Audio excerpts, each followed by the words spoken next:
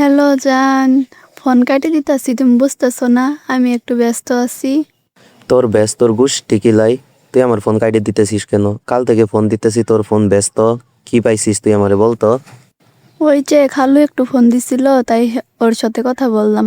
এখন বলো, ফ্রি আছি। তোর খালুর সঙ্গে এত কিসের কথা তোর? হ্যাঁ, বলতো ভালো করে, তোর খালুর সঙ্গে তোর কি সম্পর্ক? আমার তো মাথা কাজ করতেছে না। খালুর সঙ্গে আবার কেমন সম্পর্ক হব? আজাইরা বেচাল। আমার পেশাল তো তোর কাছে এখন আজাইরাই মনে হবে। তোর খালুর সঙ্গে তোর কোনো সম্পর্ক নাই, তাই না? কি এমন কথা বলিস? এত বলতো আমারে সত্যি করে। আরে কিছু না, তুমি বলো কি করতেছো, খাইছো? আমি খাই বা না খাই তোর কোনো সমস্যা আছে? তুই তোর খালুর সঙ্গে কি পেশাল পারিস আমার আজকে বলতে হবো না, ছাড়া তোর সমস্যা আছে বলে দিলাম। আরে খালুর সঙ্গে আর কি কথা বলবো? খালু হয়েছে বাপের সমতুল্য। এমনি ফোন দিছিল, তাই একটু কথা বললাম। আমার তো তোর এখন কেমন জানি সন্দেহ লাগতেছে। কাল যখন তোর সঙ্গে ওগুলা করলাম, ওই সময় তো তোর ওইটা কেমন জানি একটা মজা পাইলাম না। আগে যে মজাটা পাইছি সেই মজাটা তো এখন পাইলাম না। কিভাবে মজা পাবা? এখন কি আর আমার ওই জায়গাটা আগের মতো আছে? তুমি তো ওগুলা করে করে শেষ করে দিছো। এখন 2 বছর পরে সমাজে চাও কি আমার? তো 2 বছর আগেও তো যেমন ছিলি, কিছুদিন আগে যখন ওগুলা হইলো তখন তো ওই মজাটাই পাইছিলাম। কাল হঠাৎ করে এমনটা লাগলো কেন আমার? হ্যাঁ, মনে হইতেছিল যেন কি জানি দিয়ে রাখছিলি, হয়ে আছে। কোনো মজাই পাইলাম না আমি। কি দিয়ে রাখবো এমনি? তুমি আমার এত সন্দেহ করো কেন? এমন যদি সন্দেহ করো তাহলে আমার ব্রেকআপ করে নাও, আমার কোনো সমস্যা নেই। এই তো যখন শখ হয়েছে তোর ব্যাকআপ করার, তাহলে ব্যাকআপ করে নি। ব্যাকআপ করলে আমার সমস্যা নাকি তোর সমস্যা সেটা দেখা যাবে। আমি ছেলে মানুষ, বুঝিস নাই? কালকে আরেকটা নতুন মেয়ে ধরবো। হুম, তুই নতুন মেয়ে দরগা আমারে ফোন দিছিস কেন?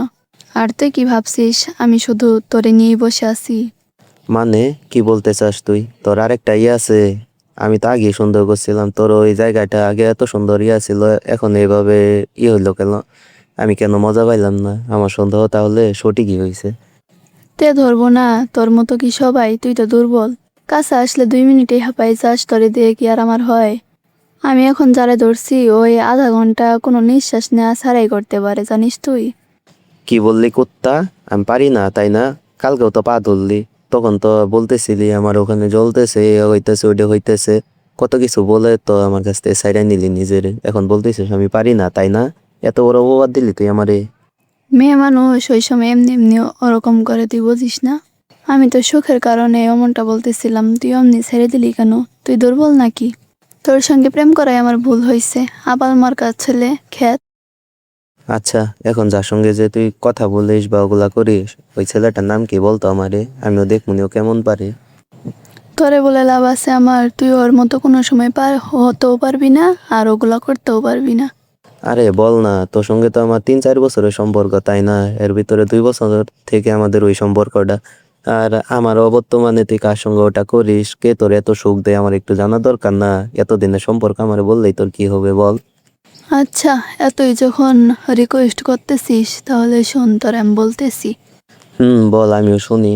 দেখি আমার প্রেমিকা রেখে এত সুখ দেয় যার কারণে আমার সঙ্গে ব্যাকআপ করতে এক পাও পিছাইলো না। বল বল শুনি। সেটা আর কেউ না, আমার খালু। তুই যে শুনতে চাইতেছিলি না আমার খালুর সঙ্গে আমি কি কথা বলি, কালকে রাত্রেও তো খালু আমার সঙ্গে ছিল। তুই কি জানিস? আমার এত পরিমাণ সুখ দিছে, তোরে আমি ভুলে গেছি। তোরে ভুলতে আমার ওই খালুই যথেষ্ট। সি, তুই এত বড় একটা নষ্টা মেয়ে, আমার তো জানা ছিল না।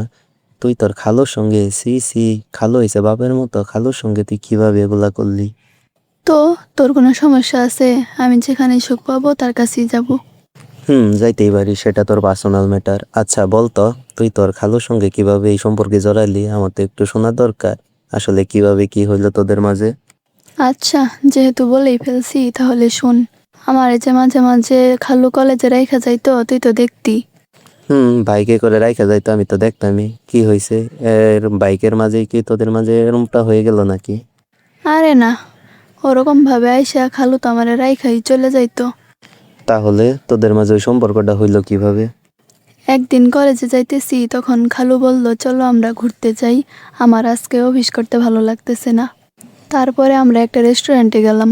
খালু হুট করে আমার হাত ধরে বলতেছে, নুসরাত তোমার আমার অনেক ভালো লাগে, তোমার আমি অনেক ভালোবাসি। কি বলতেছিস তুই? তোর খালু তোর হাত ধরে এইভাবে প্রপোজ করে বসলো? হাই রে খালু রে, আমার তো শুনে মাথা নষ্ট হয়ে যাইতাছে। তুই আকাশ থেকে বললি, আমি তো পুরা হতভম্ব হয়ে গেছিলাম। জানিস তুই, খালু যে হঠাৎ করে এরকম কথা বলবে আমি তো কল্পনাও করি নাই। আচ্ছা, সেটা না হয় তোরে প্রপোজ করলো, পরে তুই কি বললি সেটা তো বললি না আমারে। পরে আর কি, আমি খালুরে না করলাম যে দেখেন আপনি আমার বাবার বয়সী, এরকম ভাবে এগুলা সম্ভব না বলে আমি পরে চলে আসলাম। তাহলে চলে আসলি, এরপরে তার তুই যে মেয়ে, ওর সঙ্গে তার কথা বলা তোর কথা না। আমি তো যতদূর জানি তুই তার জীবন ওর সঙ্গে কথাই বলতি না। তাহলে কিভাবে তোদের মাঝে সেই সম্পর্কটা গড়ে উঠলো? কিভাবে আর গড়ে উঠলো? সব দোষ তোর, তুই জানিস। কালকে যে আমাদের বাসায় তুই ওইভাবে ওগুলা করলি, তোর কি মনে নাই? আমি তোর বাসাতে, তুই তো ডাকলি, বললি বাসাতে কেউ নাই, তুমি আসো, আমার ভালো লাগতেছে না, এসে একটু আমার সঙ্গে ওগুলা করো। এরপরেই তো আমি তোর ওখানে গেলাম, ওখানে আমার কি দোষ তুই বল? দোষটা তো তোরই, তুই কেন আমাদের বাসায় আসলি? আর সেই কথা নাই বাতা নাই সোজা ওগুলা করা ধরলি। আমিও কেমন জানি হয়ে গেলাম, তোর সঙ্গেই সঙ্গ দিতে থাকলাম। খালু তখন বাসায় ছিল, আমি যে তোরে বলবো সেই সুযোগটাও দিস নেই তুই আমারে। কি বলিস তুই? তোর খালু তখন বাসাতেই ছিল, তুই আমারে বলবি না খালু বাসাতে আছে? তাহলে কি আমি ওগুলা করি? আমি তো মনে করছি তোর খালু, তোর খালা, তোর বোন সবাই চলে গেছে, তাই তো আমি তোর ওইভাবে ধরছি। খালু বাসাতেই ছিল। আর আমি যখন ওইভাবে চিৎকার করলাম না, তখন খালু টের পাইছিল। তারপরে জানালার ফাঁক দিয়ে ওইভাবে আমাদের ওই মুহূর্তটা ভিডিও করে নিচ্ছে। জানিস কি একটা অবস্থা?